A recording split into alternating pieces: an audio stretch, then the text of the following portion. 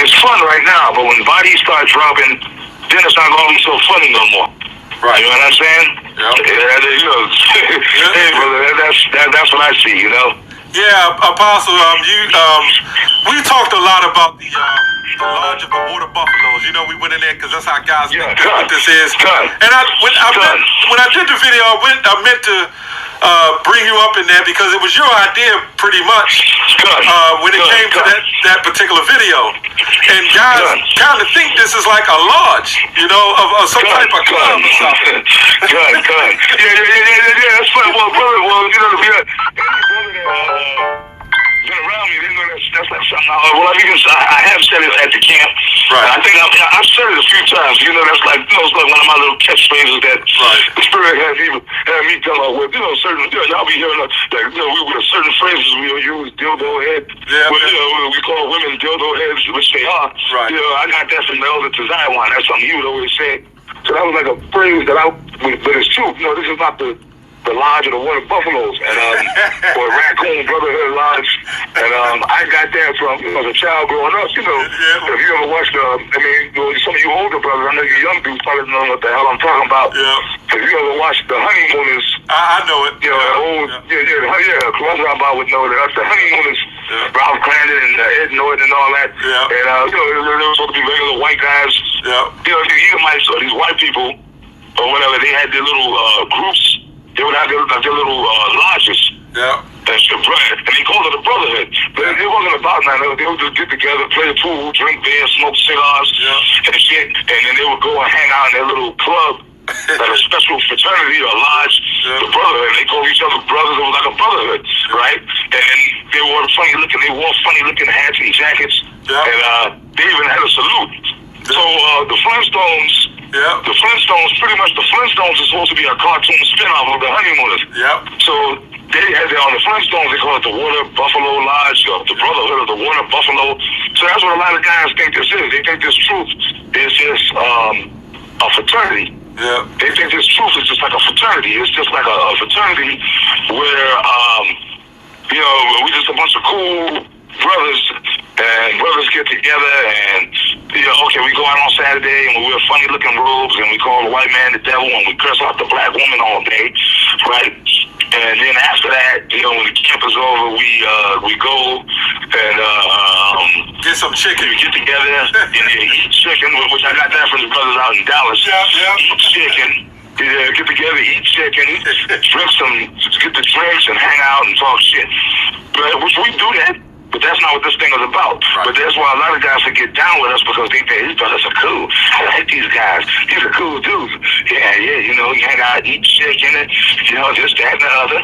But then they don't really understand the true spiritual aspects of this truth. Right. You understand what I'm saying? They don't understand the real true spiritual aspects of this truth. You know what I'm saying? And you got some of them, and that's the reason they come around. That's why they come around. They come around just for that reason. They come to camp. You know, it's fun to them. They hear brothers cursing out the white man, cursing out the black woman. You know, that brother called out black ass bitch. Like, it's funny to them. It's a show. Yep. A sitcom. They get off on watching brothers go off on ease. Yep. Or they get off on brothers cursing out the white man all day. Yep. And they think that's what it's about. And then, they know what they're really looking forward to. They're looking forward to after. They're looking forward to after. Yeah, I wonder where we're going to go eat.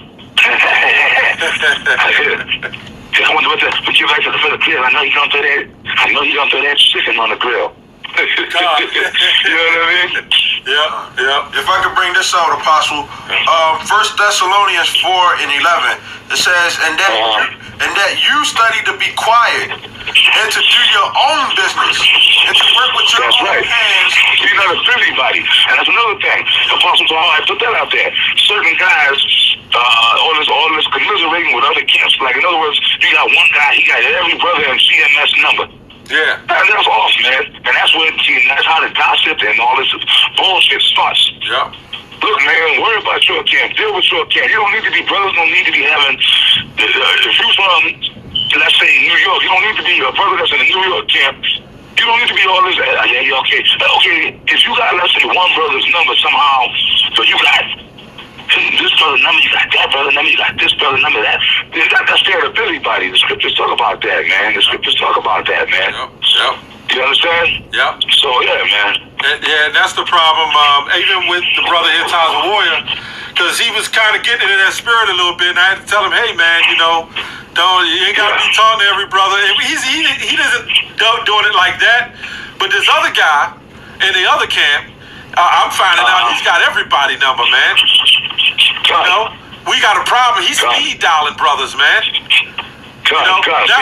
That's you do with that. You keep it in-house. You keep it in-house amongst your own camp.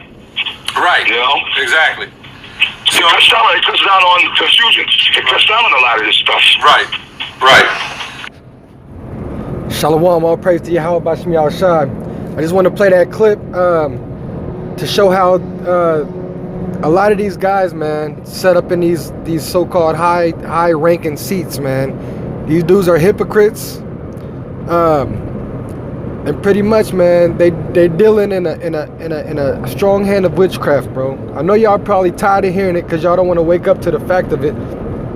But what he's implementing right now is compartmentalization, something that goes on amongst the American military, amongst the police force, amongst the judicial system, and a part of the Illuminati system of worldwide power and control is the compartmentalization, which is separating different sectors of the society and separating different units. Pretty much is having different divisions and different factions of an organization. That's what the compartmentalization is. And there's different forms of compartmentalization. There's mental compartmentalization and there's group compartmentalization. And what you see going on here is some heavy group compartmentalization, man. You got this guy that's supposed to be an elder. He's supposed to promote brotherhood, and here it is. He's telling camps not to intercommunicate. That's how cults are controlled, is through how knowledge is being dispensed and how members are allowed to congregate and talk. Now, one of the major doctrines of this main cult that you know who I'm talking about, three-letter gang cult, one of the main doctrines is about the brotherhood and the unity within the brotherhood, because we know that the scripture promote unity amongst the brotherhood and amongst the nation, but these guys claim that that's only amongst their group. Now here it is, you have him even hitting you with the double speak, because if they want there to be unity amongst the group and for brothers to be able to talk, and you know your neighbor is your brother and he's only a part of the elect, a part of that group, then why aren't all the members allowed to talk amongst each other? Ain't it a small enough number to where as brothers, they don't have nobody else in the world? So you mean to tell me this brother's, until the missiles come, this brother's confined into dealing with 5 or 10 brothers, or how many brothers in his camp? He can't talk to nobody in the world. That's going off. You said don't be unequally yoked. And then he can't talk to nobody else in amongst the organization. So what is that? That's a way to keep the power and to keep the power seat in their hands. So brothers ain't dispersing information, and this brother ain't accumulating this information and seeing the corruption that's going on nationwide all through the organization. That's a form of keeping the control and the power at the top seat, man. Not letting brothers talk. That was one of the things that I was forced to do while I was enduring in my captivity of being in one of these three-letter gangs, is not talking to different brothers. I got used to it. I didn't talk to brothers from different states, and when we did, we kept it on a very base level. Just talked about pretty much low-level nigga stuff, man, or just shalommed each other. Brothers wasn't going through talking about the gospel, going in on the salvations. Brothers pretty much, you know how Jake do when you get on the phone. Hey, how you doing, bro? Shalom. Oh man, you know, in hell, I'm in hell, I'm in hell. Hey man, we supposed to be uplifting each other, but you got your elder grandmaster apostles is telling you now, the new part of the doctrine is don't talk to nobody else in other camps, man. That just seems very pharisaical, man. That's just another way to keep the separation going. A lot of times when bros get kicked out or some unjust stuff happen or something happened amongst the camps, you just told to turn a blind eye to it and to not pay no attention. If this is a real brotherhood that brothers is forming and have There should be a real community. How is the body cut off like that? The arm is cut off from he can't connect with the legs. The neck can't connect with the torso. You gotta all stay in your portions instead of working together. That's why there's no growth. But I just wanted to bring that out, man. I ain't got no scripture right now. I'm actually on the road. I wanted to bring that video out. A lot of my ministries I've been doing en route or in transit, you know.